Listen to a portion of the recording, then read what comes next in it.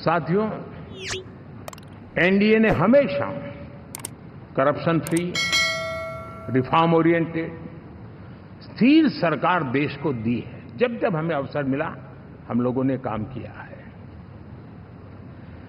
उसके सामने कांग्रेस नेतृत्व वाली यूपीए,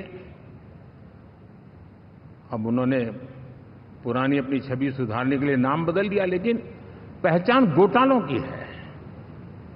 आए दिन घोटाले, यही पहचान रही है। और नाम बदलने के बावजूद भी देश उनके घोटालों को नहीं भुला है, उनको नकारा है।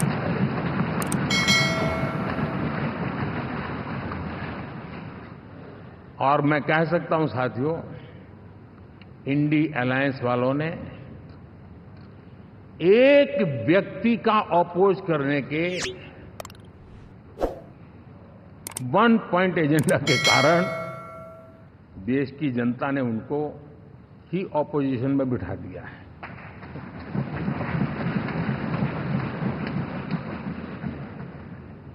एनडीए विकसित भारत इस संकल्प को लेकर के चुनाव में गया था। देश के लिए सकारात्मक सोच को लेकर के गया था।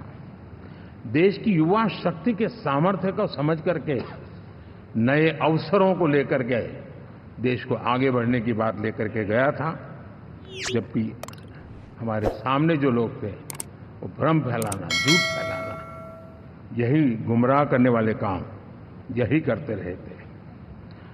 अब एनडीए और उनका देखें, इवन नामांकन में जाएंगे तो भी आपको देखेगा उनका चुनाव प्रचार, उनका नामांकन, हम लोगों का एक एक दृश्य देख लीजिए और उनका एक एक दृश्य देखिए, कितना बड़ा अंतर है। हर चीज में उनका कैरेक्टर दिखाई देता है।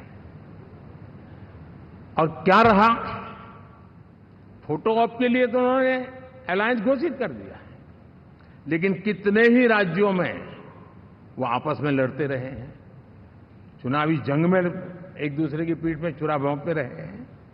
कभी उन्होंने कहा कि ये तो हमारा वैचारिक अलायंस है, वो विचार लेवल पर ठीक है, बाकी नीचे तो हमारा अपना हम तैयार करेंगे।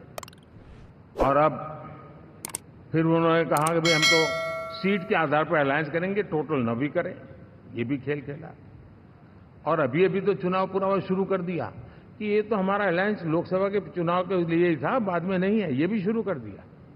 यानी मैंने बहुत पहले कहा था कि आप देख लेना 4 जून के बाद बिखराव शुरू हो जाएगा, और वो शुरू हो चुका है।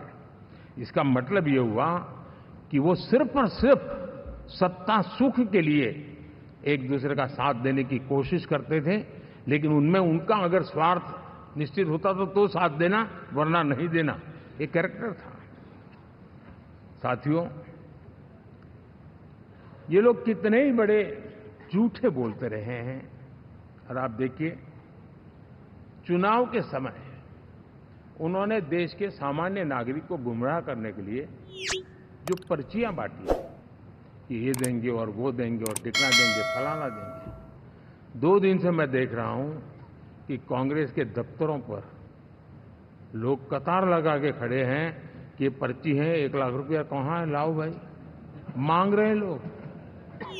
यानी आपने जनता जनार्दन की आंखों में कैसा उनको भ्रमित किया, कैसी आंख में धूल झोंक दी कि वो बेचारा सामान्य नागरिक मान के चलता था, हाँ भाई 4 जून के बाद रुपया मिल जाएगा, इसलिए वो जाके खड़ा रह गया।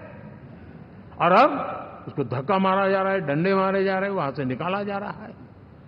अब इस प्रकार का चुनाव, ये अपने आप में देश के गरीबों का अपमान है, हमारे देश के सामान्य नागरिकों का अपमान है। और कभी भी देश ऐसी हरकतों को न भूलता है, न ही कभी माफ किए बिना माफ कभी करता है।